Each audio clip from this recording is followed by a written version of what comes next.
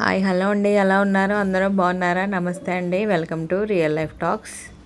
ఈరోజు ఈ వీడియోలో మీకు కూరకారం రెసిపీ ఎలా చేసుకోవాలన్నది మీకు చూపిస్తానండి. ఇది అందరి ఇళ్ళలో నార్మల్గా చేసుకుంటూనే ఉంటారు, కానీ నా ప్రాసెస్లో నేను ఎలా చేస్తానన్నది మీకు ఒక్కసారి చూపిస్తానండి. చూసేయండి మరి. ఇగోండి, కొంచెం ఒక పెద్ద కడాయి పెట్టుకోండి, ఎందుకంటే ఒక్కొక్క కప్పు వేసినా సరే అది ఆ కూరకారం క్వాంటిటీ అనేది ఎక్కువైపోతుంది కాబట్టి. ఇగోండి, ఒక పెద్ద బాండి పెట్టుకొని ఒక కప్పు శనగపప్పు వేసుకోండి, ఒక కప్పు ఏమో మినపప్పు వేసుకోండి.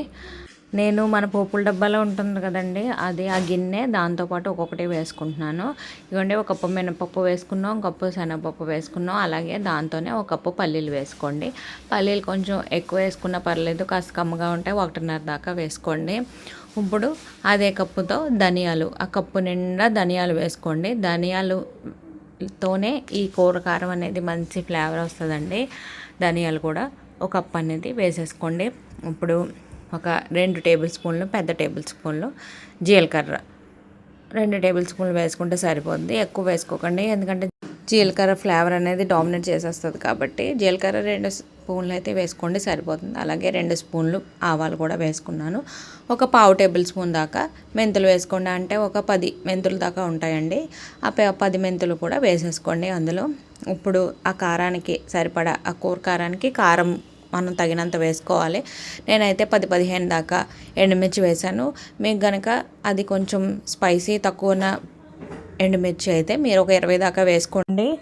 అదే స్పైసీ ఎక్కువగా ఉన్న ఎండుమిర్చి అయితే మీరు ఒక 7-8 దాకా వేసుకుంటే సరిపోద్దండి. ఒకసారి మొత్తం అంతా ఆ పప్పులన్నీ కలిసేలాగా, అన్నీ మనం ఒక్కొక్క దగ్గర వేసేసాం కదా, అవన్నీ కలిస్తేనే బాగా వేగుతాయి కాబట్టి ఒకసారి చేత్తో అటు ఇటు కలిపేసుకొని ఇప్పుడు స్టవ్ ఆన్ చేసుకొని కొంచెం ఆ పప్పులు కొంచెం వేగేదాకా కొంచెం హై ఫ్లేమ్లో పెట్టుకోండి. ఒక 2 నిమిషాలు అనేది హై ఫ్లేమ్లో పెట్టుకోండి. వేగిపోతున్నాయి, పర్వాలేదు, దించేస్తున్నాం అన్న టైంకి కొంచెం లోలో పెట్టుకున్నట్టయితే ఆ పప్పులు అనేవి బాగా వేగుతాయి. చాలా క్రిస్పీగా వేగాలండి పప్పులు అనేవి, అటు ఇటు వేయించి దించడం కాదు. బాగా వేగాలి పప్పులు, ఎర్రగా వేగాలి. ఎర్రగా వేగితేనే మనకి ఆ స్పైసీ కూర కారం అరోమా అంతా కూడా బాగా తెలుస్తుంది మనకి.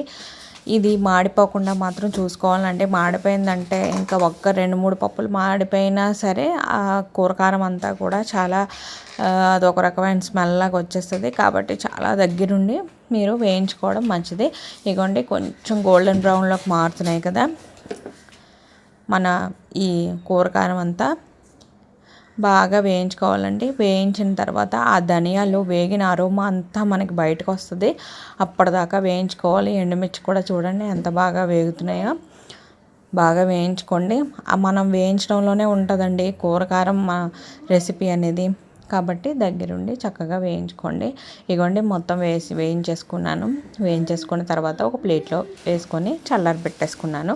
తర్వాత ఓ మిక్సీ గిన్నె తీసుకొని మీరు చల్లారి పెట్టుకున్న ఆ కూరకారం వేయించుకున్నదంతా చక్కగా ఆ మిక్సీ జార్లో వేసేసుకోండి. మీకు ఒకవేళ ఒకటే ట్రిప్పు సరిపోలేదంటే ఒక 2-3 బ్యాచ్ల కింద ఆడుకొని మొత్తం ఒకసారి అంతా కలిసేలాగా కలిపేసుకోండి. మొత్తం అంతా కూడా పిండిలాగా ఆడేసుకోకండి, కొంచెం బరగ్గా ఆడుకోండి. కొంచెం పప్పులు అనేవి తగలాలన్నమాట. ఆ పప్పులుగా తగులుతున్నప్పుడే మనకి ఫ్లేవర్ కూడా చాలా బాగుంటుంది, టేస్ట్ కూడా చాలా బాగుంటుంది. ఇగోండి, కొంచెం బరగ్గా ఆడుకోండి, మరి అంత ఫైన్గా మాత్రం ఆడేసుకోకండి. ఇగోండి, మొత్తం మిక్సీ పట్టేసుకున్నాం కదండి. మిక్సీ పట్టేసుకున్న తర్వాత అదే ప్లేట్లో వేసుకొని ఒక 5-6 నిమిషాలు చల్లారి పెట్టుకోండి. అదే వేడి మీద మనం కానీ ఏదైనా డబ్బాలో వేసుకున్నామంటే అది పాడైపోతుందండి కూరకారం. కాబట్టి చల్లారిన తర్వాత ఒక డబ్బాలో అనేది వేసుకోండి. ఇగోండి, మళ్ళీ అదే బాండీలోని కొంచెం శనగపప్పు, కొంచెం మినపప్పు, జీలకర్ర, ఆవాలు వేసుకొని కొంచెం ఆయిల్ అయితే వేసుకోండి. అంటే ఈ కూరకారంతో ఏ రెసిపీస్ అన్నా చేసుకోవచ్చండి. ఏ కూరలోకైనా సరే ఇది ఒక్క 2-3 చెంచాలు వేసాము అంటే చాలా బాగుంటుంది, టేస్ట్ కూడా చాలా బాగుంటుంది. అలాగే మనకి కూడా తినాలనిపిస్తుంది. ఏదైనా మనకి టైం లేదు అన్నప్పుడు కూడా చక్కగా ఈ కూరకారం అనేది ఒక 2-3 చెంచాలు వేసామనుకోండి, కర్రీ కూడా చాలా టేస్ట్గా తయారవుతుంది. ఇగోండి, పోపు వేగింది కదా, ఒక ఉల్లిపాయ, ఒక టమాటా పెద్ద సైజువి కోసుకున్నాను. అందులో ఆ నూనెలో వేసేసుకున్న తర్వాత మన ఇండియన్ స్పైసెస్ అన్నీ ఉంటాయి కదండి, పసుపు, ఉప్పు, కారం, ధనియాల పొడి అన్నీ కూడా వేసేసుకోండి. ఇగోండి ఒక 1/2 టేబుల్ స్పూన్ దాకా ధనియాల పొడి వేసుకున్నాను. ఒక 1/4 టేబుల్ స్పూన్ దాకా ఏమో పసుపు వేసుకున్నాను. ఒక 1/2 టేబుల్ స్పూన్ దాకా కారం అయితే వేసుకోండి. ఇవ్వండి ఒక 1/2 టేబుల్ స్పూన్ దాకా కారం వేసుకున్నాను. మీ కారం మీకు ఎంత తినగలుగుతున్నారో అంత రుచికి తగ్గట్టు వేసుకోండి. ఇవ్వండి సాల్ట్ కూడా తగినంత వేసుకున్న తర్వాత ఒకసారి మొత్తం అంతా అటు ఇటు కలిసేలాగా కలిపేసుకోండి. ఏ కర్రీకైనా సరే మీరు మామూలు నార్మల్గా చేసుకోవాలి అంటే ఇదే ప్రాసెస్ అండి. ఉల్లిపాయ టమాటా వేయించుకోవడం, పసుపు, ఉప్పు, కారం, ధనియాల పొడి అన్నీ వేసేసుకోవడం, మనకు నచ్చినవన్నీ తర్వాత మనం కట్ చేసి పెట్టుకున్న వెజిటబుల్స్ అన్నీ కూడా అందులో వేసేసుకోవడం.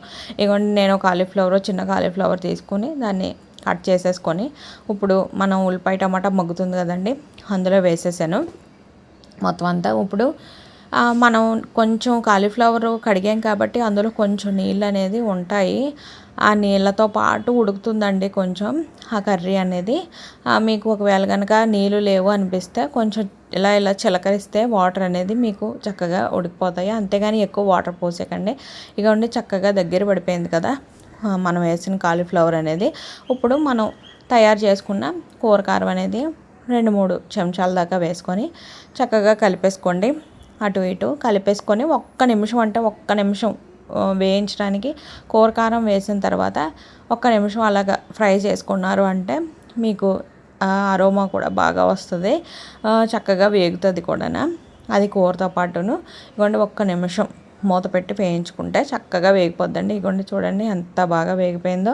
టేస్ట్ కూడా చాలా బాగుంటుందండి. వంకాయ కూర కారం పెట్టింది వండుకోవచ్చు, ఇంకా ఇలాగ కర్రీస్లో అనేది వేసుకోవచ్చు.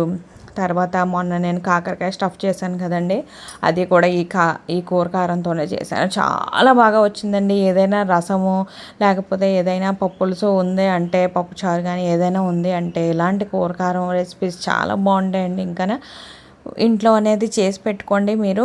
మీకు నిజంగా అదొక హెల్ప్ఫుల్గా తయారవుతుందండి కూర కారం అనేది. ఎవరికైనా ఈ కూర కారం రెసిపీ కనుక తెలియలేదంటే నా ఛానల్లో ఇప్పుడు పోస్ట్ చేశాను కదండి, అది షేర్ చేయండి.